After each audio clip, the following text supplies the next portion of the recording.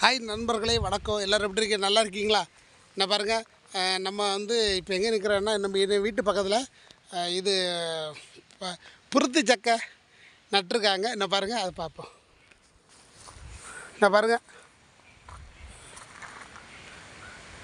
பார்த்தீங்களா? புருத்து சக்கை நட்டுரு பார்த்தீங்களா? எவ்வளோ நட்டுரு பாருங்கள். பெரிய தோட்டம் பார்த்தீங்களா?